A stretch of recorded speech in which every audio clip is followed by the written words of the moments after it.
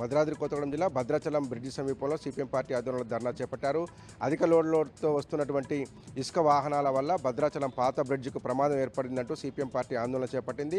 దాదాపు గంట పాటు సాగినటువంటి ఈ ధర్నా వల్ల భద్రాచలం బ్రిడ్జి సెంటర్ నుంచి అంబేద్కర్ సెంటర్ వరకు దాదాపు 2 కిలోమీటర్ల మేర ట్రాఫిక్ జామ్ అయింది. ఇటు భద్రాచలం బ్రిడ్జి సెంటర్ నుంచి సారపాక వరకు 3 నుంచి 4 కిలోమీటర్ల మేర ట్రాఫిక్ జామ్ అయింది. చర్ల దుమ్ముగూడ నుంచి వస్తున్నటువంటి ఇసుక లారీలు 50-60 టన్నుల లోడ్లు వేసుకుని హైదరాబాదు అటు ఇతర నగరాలకు వెళ్తున్నాయని, దీనివల్ల భద్రాచలం బ్రిడ్జికి ప్రమాదం ఏర్పడిందని తక్షణమే అధిక లోడుతో వెళ్తున్నటువంటి ఇసుక వాహనాలను నియంత్రించాలని సిపిఎం పార్టీ నాయకులు డిమాండ్ చేశారు.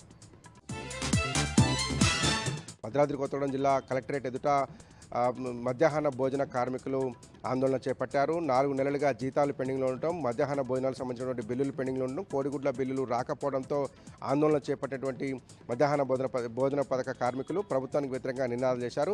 10,000 రూపాయల కనీస వేతనం ఇస్తామని ఎన్నికల్లో హామీ ఇచ్చినటువంటి ప్రభుత్వం ఇప్పటివరకు అమలు చేయలేదని డిమాండ్ చేశారు. తక్షణమే 10,000 రూపాయల వేతనం ఏదైతే ఇస్తామన్నారో ప్రభుత్వం ఇచ్చి మాట నిలబెట్టుకోవాలని డిమాండ్ చేశారు.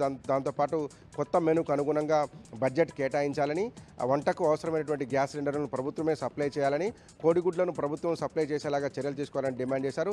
4 నెలలుగా జీతాలు బిల్లులు ఆగిపోయి ఇబ్బందులు పడుతున్నామని, ఎన్నిసార్లు ప్రభుత్వాన్ని వేడుకున్నప్పటికీ కూడా తమ గోడు వినిపించుకోవటం లేదని మధ్యాహ్న భోజన కార్మికులు ఆందోళన చేపట్టారు. ప్రభుత్వం ఇంతే మొండిగా వ్యవహరిస్తే రాబోయే రోజుల్లో ఉద్యమాన్ని తీవ్రతరం చేసి పెద్ద ఎత్తున ఉద్యమిస్తామంటూ హెచ్చరించారు.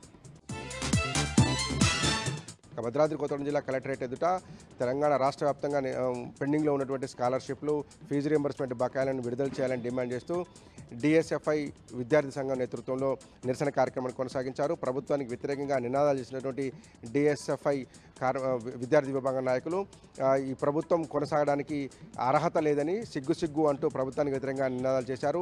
అనేక హామీలు ఇచ్చి వచ్చినటువంటి రేవంత్ రెడ్డి సర్కార్ విద్యార్థుల పట్ల అనుచిత వైఖరి వ్యవహరిస్తుందని నినాదాలు చేశారు. తక్షణమే రాష్ట్రంలో పెండింగ్లో ఉన్నటువంటి ఫీజు రియంబర్స్మెంట్ అట్లాగే స్కాలర్షిప్ బకాయిలను విడుదల చేయాలని, విద్యారంగ సమస్యలను పరిష్కరించాలని నినాదాలు చేస్తూ కలెక్టరేట్ ఎదుట బైఠాయించి పెద్ద ఎత్తున ఆందోళన చేపట్టారు.